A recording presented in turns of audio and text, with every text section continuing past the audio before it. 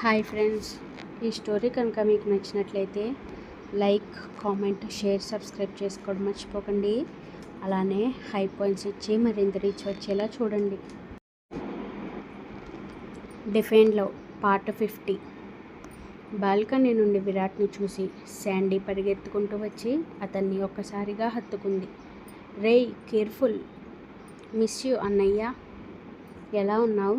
వాడు కీర్ చేస్తున్నాడా? నీ చెల్లి పోటుకొకలా నన్ను రోస్ట్ చేస్తుందిరా విరాట్. సంజు గారి మాటలు నమ్మకన్నయ్య. ఐఎమ్ టూ గుడ్ గర్ల్ కదా అని ఇన్నోసెంట్ లుక్స్తో చెప్పింది శాండీ. రోస్ట్ చేసిన ఫుడ్కి టేస్ట్ ఎక్కువ. మిత్రద్రోహి, ఇండైరెక్ట్గా నన్ను పీక్కు తెరమని చెప్తున్నావా నీ చెల్లెలకి అని ఉక్రోషంతో అరిచాడు సంజీవ్. అన్నయ్య, విరాట్ డైరెక్ట్గానే చెప్తున్నాడు. ఈ జన్మకి మనకి రోస్ట్ అవ్వడం తప్పదు అని సానుభూతిగా చెప్పింది వరేణ్య. మంచి వాళ్ళకే కష్టాలు ఇవ్వరు.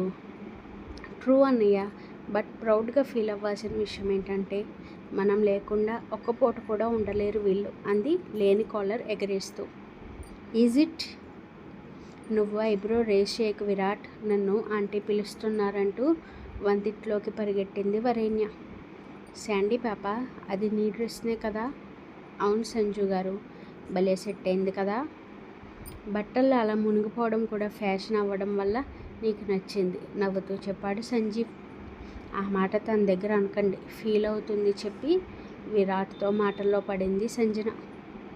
మరో 2 గంటలు టైం స్పెండ్ చేశాక శాండీని హగ్ చేసుకుంటూ టేక్ కేర్ రా అన్నాడు ఫోర్హెడ్ కిస్ చేసి. మళ్ళీ ఎప్పుడు వస్తావు అన్నయ్య? అన్ని వర్క్స్ కంప్లీట్ చేసుకుని వస్తాను చెప్పి చెంప నిమురుతూ వరేణ్యతో కలిసి అత్తింటికి బయలుదేరాడు విరాట్. అమ్మ ఏమన్నా పట్టించుకోకు, కొంచెం చాదస్తం ఎక్కువని తెలుసు కదా. Calm down. క్యాబ్ దిగి లోపలికి వెళ్తుంటే హారతి పళ్ళెంతో ఎదురొచ్చారు సునంద. ఆగండి అల్లుడు గారు, మొదటిసారి ఇంటికి వచ్చారు, ఎందరి దిష్టికలు పడ్డాయో అంటూ 3 సార్లు పళ్ళెం తిప్పి బొట్టు పెట్టాక కుడికాలు పెట్టి లోపలికి వెళ్ళండి బాబు అని ఆవిడ బయటకు వెళ్ళారు. పెళ్ళైన నెలకి అత్తగారింట్లో గృహప్రవేశం జరిగింది వెటకారంగా చెప్పి సోఫాలో కూర్చున్నాడు విరాట్. ఆపరా బాబు, 1 గంట సైలెంట్గా ఉండు అని చెప్పి పక్కన కూర్చుంటే ఏమిటి అలా కూర్చుంటావు, వెళ్ళి అల్లుడు గారికి జ్యూస్ ఇవ్వు అని గదిమారు Sunanda. It's okay aunty, I don't want అని సీరియస్గా చెప్పాడు. వరే నీ రూమ్కి వెళ్ళండి బాబు. అదే బెటర్ అనుకుంటూ లేవడంతో వరు తీసుకెళ్ళు అని కళ్ళురుముతూ సైగ చేశారు. రా విరాట్. అయ్యయ్యో ఏమండి, నా రూమ్కి వెళ్దాం రండి బలవంతపు నవ్వుతో చెప్పింది. రూమ్కి పదవే నీకుంటుంది అని సైగ చేసి ఆమెను ఫాలో చేశాడు లెక్చరర్ బాబు. డోర్స్ లాక్ చేసిన మరుక్షణం ఆమెకి వాల్కి లాక్ చేసి ఈక్వల్గా ఎత్తుకుని కాళ్ళు చుట్టూ వేసుకుంటూ ఏంటే మీ అమ్మగారి పెత్తనం అన్నాడు ఐబ్రో రేస్ చేస్తూ. అల్లుడికి మర్యాద, నచ్చకపోయినా అడ్జస్ట్ అవ్వరా బాబు. అండ్ మొగుడిని పేరు పెట్టి పిలిస్తే అస్సలు నచ్చదు, అందుకే అండి అనాలని చెప్పింది. నా మంచి మొగుడు కదా, 1 గంట నవ్వుతూ ఉండు అని బ్రతిమాలుతూ చెప్పింది వరేణ్య. కోపాన్ని బేర్ చేయాల్సింది నువ్వే.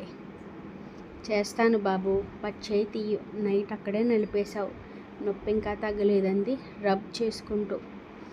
ఆమె చేయి తీసిన విరాట్ నడుం పక్కన చూడటంతో చుట్టూ వేలి ముద్రలు, మధ్యలో పంటిఘాట్ల వల్ల పచ్చగా మారి కనిపిస్తుంటే హక్ చేస్తుంటే చెప్పలేవా పొట్టి అని చిన్నగా నిమురుతూ చెప్పాడు.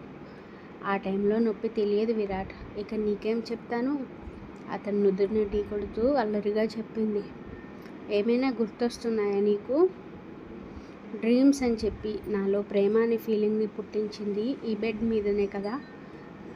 అతని మీసం చివర కిస్ చేస్తూ చెప్పింది వరేణ్య. మీలాంటి ఇంటెలిజెంట్ ఫెలోస్కి డైరెక్ట్గా ప్రపోజ్ చేస్తే యాక్సెప్ట్ చేయరని ఇలా ప్లాన్ చేయాల్సి వచ్చింది. మనిషి నిండా వెటకారమే చిరుకోపంగా చెప్పి మీసాన్ని పంటితో పట్టుకుంది. ఏయ్ పిచ్చి, నొప్పి వచ్చిందా ఇన్నోసెంట్ లుక్స్తో అడిగింది వరేణ్య. ఆమెను అలానే ఎత్తుకుని బెడ్పై వాల్చుతూ మీద వాలిపోయాడు విరాట్. ఎర్లీ మార్నింగ్ వరకు పిప్పి చేశావు, ఇంకా ఎనర్జీ ఉందా సార్కి అని అల్లరిగా అడిగింది. టైం ఉంటే నా పవర్ ఏంటో చూపిస్తా. నో, మా అమ్మ డిస్టర్బ్ చేస్తే మళ్ళీ కోపం చూపిస్తావు, సో రేపు నైట్ వరకు బుద్ధిగా ఉండు. ఆమె మాటలు ఆపేస్తూ పెదవుల్లో మకరందాన్ని కొల్లగొట్టే సమయానికి డోర్ నాక్ సౌండ్ వినిపించడంతో విసుగ్గా ఆమె పైనుండి లేచి కూర్చున్నాడు విరాట్. నేను చెప్పానా? నవ్వుతూ చెప్పి డోర్ ఓపెన్ చేయడంతో ఫ్రెష్ జ్యూస్ తీసుకొచ్చాను, బాబుకి ఇవ్వు అన్నారు. సరే అమ్మా. రాత్రికి ఏం తింటారు? మేము పూణే వెళ్ళిపోవాలమ్మా, ఇంకో గంటలో ఫ్లైట్ ఉంది. నాన్న పిలిచారని వచ్చారు ఆయన. అయ్యో, మొదటిసారి వచ్చి నిద్ర చేయకుండా వెళ్ళిపోవడం ఏమిటే? ఇది ఎక్కడ విడ్డూరం? ఇంపార్టెంట్ వర్క్ ఉంది, మళ్ళీ వస్తాంలే అంటూ జ్యూస్ గ్లాస్ ఇవ్వడంతో మొహమాటానికి ఒక సిప్ చేసి పక్కన పెట్టేశాడు. నచ్చలేదా విరాట్? షుగర్లో జ్యూస్ తక్కువైంది పొట్టి. సిప్ చేసిన వరిని వికారంగా పక్కన పెట్టేస్తూ తల్లి వెళ్ళాక షింక్లో వేసేసి కిందకు వచ్చారు ఇరువురు. ఏమిటోనే వెంటనే వెళ్ళిపోతున్నావు, నా పెంపకానికి మచ్చ తెచ్చేలా ఉండకు. తెల్లవారుజామున లేచి పూజ చేసుకో, భర్తకి హారతి ఇచ్చి కాళ్ళకి దండం పెడితే అతనికి మంచి జరుగుతుంది. ఆపకుండా చెప్తున్న ఆవిడను ఆపుతూ, సరే అమ్మా, ఇక వెళ్ళొస్తాం అంది వరేణ్య. ఉండు, పసుపు కుంకుమ ఇస్తాను అని చెప్పి చీర కొంగులో పెట్టాక తండ్రిని హత్తుకుంటూ బాయ్ డాడీ అంది. జాగ్రత్త వరు అంటూ విరాట్తో క్యాబ్లో కూర్చుంది. ఎయిర్పోర్ట్లో రెడీగా ఉన్న సుదర్శన్ గారితో కలిసి పూణే ఫ్లైట్ ఎక్కేశాడు విరాట్. ఇంట్లోకి వస్తున్న విరాట్ని చూసి, నువ్వెంత హర్ట్ చేసినా నీపై కోరిక చావట్లేదురా, వాట్ ఏ హాట్ బాడీ అంటూ బాడీ కలర్ హుడీలో ఉన్న అతన్ని చూసి పెదవి కొరుక్కుంది కామిని. పర్పుల్ కలర్ డ్రెస్లో వస్తున్న వరేణ్యని చూస్తూ, ఇంత అందంగా ఉన్నావేం డార్లింగ్, అసలు బ్లాక్ ద్రాక్షలా కసుక్కొని కొరికి తినాలనుంది నిన్ను. ఎలాగైనా ఆ విరాట్ గాడిని తప్పించి నీ ప్రతి అణువుని సొంతం చేసుకుంటాన్ని కసిగా అనుకున్నాడు సమీర్. మరోవైపు ఇద్దరూ లోపలికి వెళ్ళిన మరుక్షణం డోర్స్ క్లోజ్ అవ్వడంతో ఎలాగైనా ఇంటి లోపల చూడాలి వాళ్ళని అనుకుంటూ రేపు కామినిని అడగాలి అనుకుని బాల్కనీ డోర్ క్లోజ్ చేసుకున్నాడు. ఇవేం తెలియని వరేణ్య మాత్రం 3 రోజులు జరిగిన విశేషాలన్నీ వాణిగారికి చెప్తూ ఆ రోజుని కరిగించింది. వికాస్ మాత్రం కేశవ్ ఎన్ని ప్రయత్నాలు చేశాడో ప్రతిదీ అతనికి వివరించాడు. పగడ్బందీగా ప్లాన్ చేసావు కాబట్టి సరిపోయిందిరా, లేకపోతే ఈ ముసలాడికి మొత్తం తెలిసిపోయేదే అన్నాడు. ఐ నో హిస్ మెంటాలిటీ చోటు. ఒకసారి ఆ సార్తో డిస్కస్ చేసి త్వరగా రమ్మని చెప్పాల్సిందిగా విరాట్. ఆయన తన ఆస్తి మొత్తం తన 2 కోడళ్ళకి రాసేశారంట. బట్ సడన్గా చనిపోవడంతో పట్టించుకునే టైం లేక కేశవ్కి హెల్ప్ అయిందని చెప్పారు. ఫ్యామిలీతో డిస్కస్ చేసి కాల్ చేస్తా అన్నారు. మన బలం పెంచుకుంటే వాడిని ఈజీగా స్మాష్ చేయొచ్చు, మన ఫ్యామిలీస్తో ప్రశాంతంగా ఉండొచ్చు. ఎవడిని స్మాష్ చేసేది? సీరియస్గా వెనక నుండి అడిగాడు కేశవ్. నిన్నే టక్కుని చెప్పాడు విరాట్. మై డియర్ బాయ్స్, నన్ను స్మాష్ చేయడం మీ వల్ల కాదురా. ఎవడైనా స్పెషల్గా పుట్టాలి ఆర్ నాకు నేనే చనిపోవాలనుకుంటే తప్ప నాకు చావు రాదని పొగరుగా చెప్పాడు కేశవ్. మేక్ ఇట్ ఫాస్ట్, వెటకారంగా చెప్పి వెళ్ళిపోయాడు Virat. What did he say? ఆ చావు ఏదో త్వరగా కోరుకోమని చెప్తున్నాడు కేశవ. యూ బ్లడీ ఇడియట్స్, మీ జుట్టు నా చేతిలో ఉన్నంత వరకు నన్నేం చేయలేరు, విసుగ్గా చెప్పి వెళ్ళిపోయాడు కేశవ్. వీడికి గోరోజనం బాగా పెరిగింది. కాలు వంకర కాబట్టి మాత్రమేనా నిలబడుతున్నాడు, లేకపోతే అసలు పట్టుకోలేకపోయేవాళ్ళం అని నిట్టూర్పు విడుస్తూ తన రూమ్కి వెళ్ళాడు. దీర్ఘంగా ఆలోచిస్తున్న వాసవి పక్కన కూర్చుంటూ, ఏం ఆలోచిస్తున్నావు డార్లింగ్ అన్నాడు భుజంపై వాలుతూ. ఎలానో మన పెళ్ళి జరిగిపోయింది కదా, ఇంకెన్ని రోజులు దూరంగా ఉంటారు అని వికాస్ తల్ని మురుతూ అడిగింది. నీకేం ప్రాబ్లం లేదా? నాకెందుకు ప్రాబ్లం ఉంటుంది వికాస్ గారు, ఎప్పటికైనా మన మధ్య బంధం మొదలవ్వాలి కదా అంది. నువ్వు ఇబ్బంది పడతావని సైలెంట్గా ఉన్న డార్లింగ్. వికాస్ వైపు తిరిగి చిన్నగా స్లాప్ ఇస్తూ, మన ఇద్దరం ఒకటవుదామా అని అడగమంటారా? అసలు ఆడపిల్ల అలా అడగగలదా అని చిరుకోపంగా అడిగింది. ఓ మై బందర్ లడ్డు, ఈ విషయం ఎంత త్వరగా చెప్పేదా అంటూ పరుగున వెళ్ళి కబోర్డ్లో ఉన్న శారీ తీసుకుని ఆమె ఒడిలో పడేశాడు. నాకు భయంగా ఉన్న ఆగిపోకండి అని చిన్నగా చెప్పి డ్రెస్సింగ్ రూమ్కి వెళ్ళింది వాసవి. వికాస్ కూడా షవర్ జెల్ హాఫ్ బాటిల్ అవగొట్టి నైట్ ట్రాక్ మాత్రమే వేసుకుని ఆమె గురించి బెడ్పై వెయిట్ చేస్తూ కూర్చున్నాడు. సీ గ్రీన్ కలర్ శారీ పక్కన పెట్టి సత్యగారి రూమ్కి వెళ్ళి ఆవిడ దగ్గర మోకాళ్ళపై కూర్చుంది వాసవి. ఏంటమ్మా, భయంగా ఉందా? లేదత్తయ్య గారు, పెళ్ళి ఎలా జరిగినా నా మెడలో తాళి పడింది. దానిని నేను యాక్సెప్ట్ చేస్తున్నాను. అలానే వికాస్ గారికి కూడా దగ్గర అవ్వాలి అనుకుంటున్నాను. నాకుంది మీరే కదా అంది వణుకుతున్న గొంతుతో. నువ్వు బంగారం వాసివి. మేము చాలా అదృష్టవంతులం కాబట్టే ఈ కాలంలో మంచి పిల్లవు దొరికావు. సంతోషంగా నీ భర్తకి దగ్గరవ్వు. అలానే రేపు గుడికి వెళ్ళి దర్శనం చేసుకోండి అని చెప్పారు తల నిమురుతూ. సరే అత్తయ్య అంటూ సత్యగారి కాళ్ళని టచ్ చేసి తన రూమ్కి వెళ్ళేసరికి ఇంకా వాష్రూమ్లోనే ఉండటంతో శారీ కట్టుకోవడం మొదలుపెట్టింది. స్లీవ్లెస్ జాకెట్, బ్యాక్ హుక్స్లో సింగిల్ స్టెప్ వేసుకొని ఎటువంటి మేకప్ లేకుండా పాపిట్లో కుంకుమ పెట్టుకుని షివరింగ్ వస్తుంటే కూర్చుండిపోయింది. బేసికల్లీ అమ్మాయికి ఈ టైంలో ఓవర్ థాట్స్ ఎక్కువ వస్తాయి కాబట్టి చిన్నగా చెమటలు పడుతుంటే, కూల్ వాసవి, వికాస్ గారేంటో నీకు తెలియదా, నేను జాగ్రత్తగా ట్రీట్ చేస్తారు. ఇలా భయపడితే హ్యాపీనెస్ని మిస్ అవుతావు అని తనను తానే మోటివేట్ చేసుకుంది. ఇంతలో డోర్ నాక్ సౌండ్ వినిపించడంతో హా అంది అదురుతున్న గుండెతో. డార్లింగ్ రా, ఐఎమ్ వెయిటింగ్ ఫర్ యూ అన్నాడు మూకింగ్ వాయిస్తో. వస్తున్నాను వికాస్ గారు. భయం బెరుకు ఉంటే ట్రస్ట్ మీ డార్లింగ్, నిన్ను హర్ట్ చేయను అన్నాడు లాలనగా. ఆ మాటకి ఆమెలో ధైర్యం పెరిగి అడుగులు చిన్నగా డోర్ వైపు వేసి ఓపెన్ చేసింది. ఉల్లిపొరలాంటి చీరలో సింగిల్ స్టెప్ వెనుక దాగున్న అందాలు అతని కళ్ళను కనువిందు చేస్తుంటే ఆమె నడుం పట్టుకుని దగ్గరగా లాక్కుంటూ ఫోర్ హెడ్పై కిస్ చేశాడు. హర్ట్ చేయరు కదా? నమ్మకం లేదా నాపై? ఉంది, కానీ కాసేపటి తర్వాత ఈ మాట చెప్పంటూ ఆమెను ఎత్తుకుని బెడ్ పైకి వేసి మీదికి చేరిపోయాడు.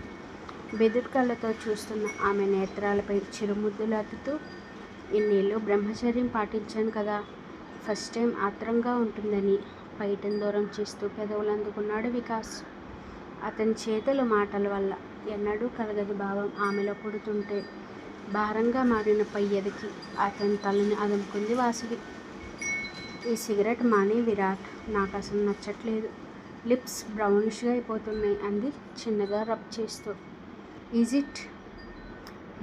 లిప్ బామ్ యూస్ చేయి. 2 monthsలో షేడ్ చేంజ్ అవ్వాలి. ఈ సిగరెట్స్ డేకి 2 మాత్రమే కాల్చాలి. ఇది నీ వైఫ్గా నా ఆర్డర్ అంది వార్నింగ్ టోన్లో. తన వైపు చూపించిన వేలిని చిన్నగా కొరుకుతూ సింగిల్ హ్యాండ్ ఎత్తుకుని బెడ్పై సున్నితంగా ల్యాండ్ చేశాడు. విరాట్ షర్ట్స్ అన్నీ అయిపోయాయి, ఇలాంటివి ఇంకా కొనుక్కుని ఒకసారి వేరు చేసి ఇచ్చి అంది. అతని ఫోన్ ఇచ్చి బెడ్పై కూర్చుని గ్లాసెస్ పెట్టుకుంటూ బుక్ ఓపెన్ చేయడంతో ఒక 10 minutes ఆగంటూ షాపింగ్ చేసుకుని విరాట్ బుక్ పక్కన పడేసి తన ఫేవరెట్ నవల్ తీసుకుంది. ఎప్పుడు తెచ్చావు? శాండీ పాపకు కొనిచ్చాను, వస్తూ బ్యాగ్లో పెట్టేశా. ఇప్పుడు దీనిని మన ఇద్దరం చదవాలి అంది. టైం వేస్ట్ చేస్తావా పొట్టి? మెడ వంపులో తల పెట్టుకుంటూ మెత్తగా అడిగాడు విరాట్. ఈరోజు నీతో క్వాలిటీ టైం స్పెండ్ చేయాలంది విరాట్, రేపు చూసుకుందామని చెప్పింది. సరిగ్గా కూర్చున్న అతని చేతులు చాపడంతో ఒడిలో కూర్చుంటూ బుక్ ఓపెన్ చేసింది. ఆమె థై నిమిరుతూ చదవడం కంటిన్యూ చేస్తుంటే రొమాన్స్ ఎంతుందో ప్రేమలో డెప్త్ ఫీలింగ్ కూడా అంతే ఉండటంతో స్పెషల్ సింబల్తో ఉన్న పదాన్ని లైన్ చేస్తూ విరాట్ సార్, నాకు డౌట్ అంది. వాట్? డిఫైన్లో ఉంటే మీనింగ్ ఏంటి? ఎక్స్ప్లెయిన్ చేయలేని ప్రేమనా అని అడిగింది అయోమయంగా. డిఫైన్లో ఈజ్ నాట్ జస్ట్ ఎమోషన్ పొట్టి, it's a commitment, respect and understanding between 2 people. ఎప్పుడైతే ఈ ఫీలింగ్స్ పర్ఫెక్ట్గా చూపిస్తామో ఐ లవ్ యూ అనే మాట చెప్పాల్సిన పని లేదు అన్నాడు. విరాట్ చెప్పిన మాటకి అర్థం చేసుకునే పనిలో పడింది వరేణ్య. కమిట్మెంట్. శాండీకి యాక్సిడెంట్ అయ్యి సివియర్ కండిషన్లో ఉన్న తన గురించి ఆలోచించి అతను వరస్ట్ సిచ్యువేషన్లో ఉండి కూడా తన మెడలో 3 ముళ్ళు వేశాడు నవ్వుతూ. ఇది ప్రేమలో ఉండాల్సిన మెయిన్ పాయింట్. రెస్పెక్ట్. ఇప్పటి వరకు తనని ఏ విషయంలో చిన్న చూపు చూడలేదు. Second point. అండర్స్టాండింగ్. తను చేసే కొన్ని పనులకి విసుగు కోపం చూపించినా అర్థం చేసుకుంటాడు, మరుక్షణం క్షమిస్తాడు. Third point. Love and married లైఫ్లో ఈ 3 క్వాలిటీస్ ఉంటే డైవర్స్ అనే పదానికి కూడా చోటు ఉండదేమో బహుశా. ఈ క్వాలిటీస్ అన్నీ విరాట్లో కనిపించడంతో ఆనందంతో అతని పెదవుల్ని గాఢంగా ముడేసింది వరేణ్య.